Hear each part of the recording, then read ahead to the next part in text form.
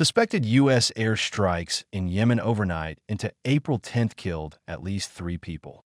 While the death toll in an earlier attack around Hodeida, Zellerbach district rose to 13 dead, the Iran-backed Houthi rebels have said.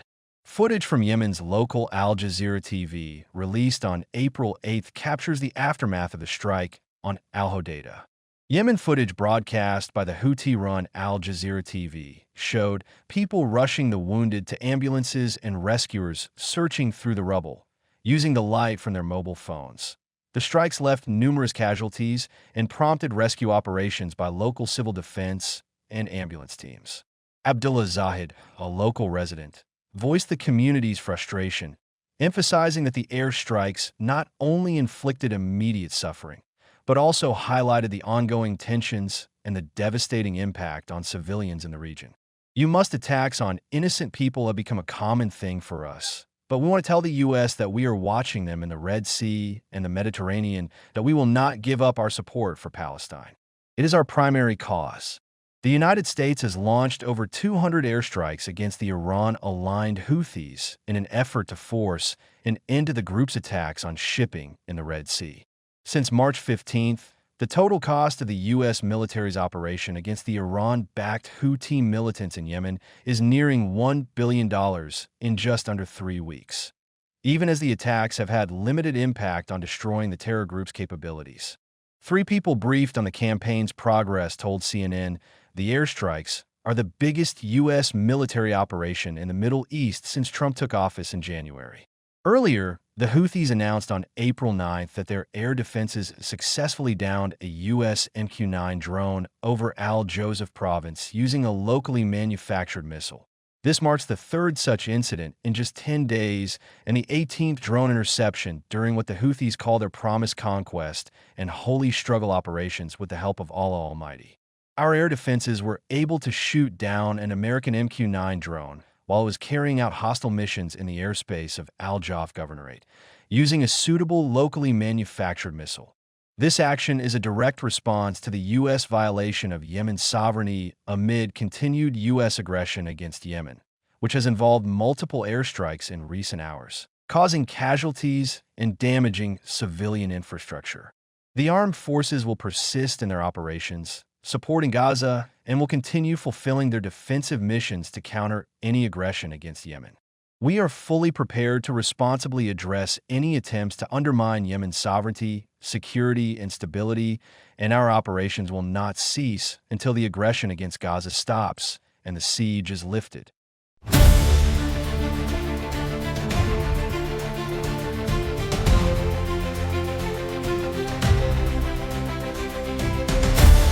The United States has intensified its bombing campaign against Houthi targets with approximately 50 airstrikes conducted on April 8th, targeting multiple areas, including the capital Sana'a, Hodeida, and the provinces of Marib, Doma, and Ibb. Rescue teams continue searching for victims amidst the rubble in what appears to be a residential area near the city's airport. U.S. strikes were also reported to have hit Jebel Nukum near Sana'a and other locations in Doma and Ibb governorates, wounding at least 3 additional people. The strikes have targeted telecommunication and infrastructure in Amran governorate.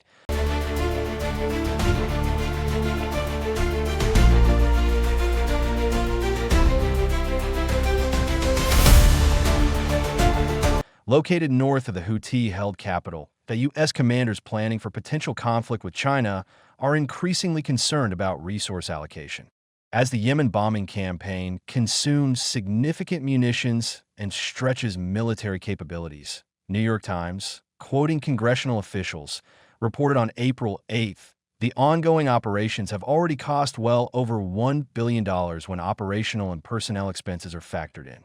The Navy and the Indo-Pacific Command are very concerned about how fast the military is burning through munitions in Yemen.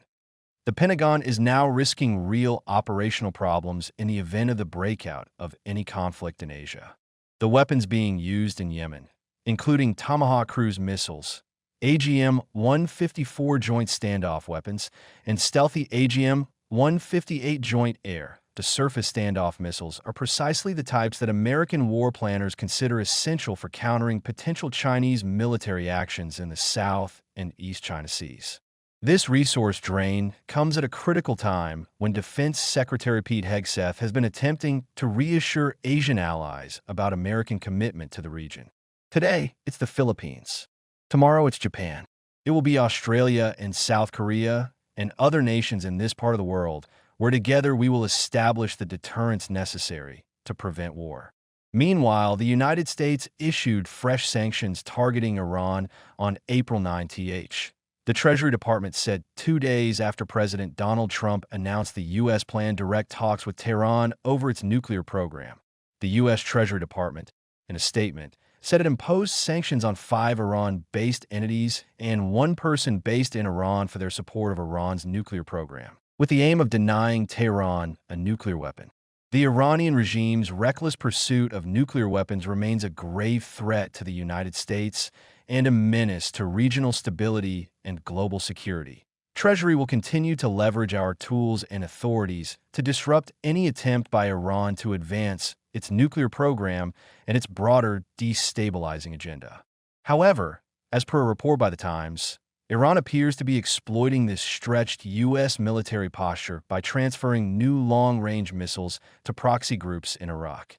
Quoting intelligence sources, the newspaper reported that these deliveries from the Islamic Revolutionary Guard Corps Air Force include surface-to-surface missiles capable of reaching as far as Europe, as well as shorter-range goods .351 cruise and Jamal 69 ballistic missiles. The development contradicts recent reports that several powerful Iran-backed militias in Iraq had agreed to disarm to avert conflict with the Trump administration.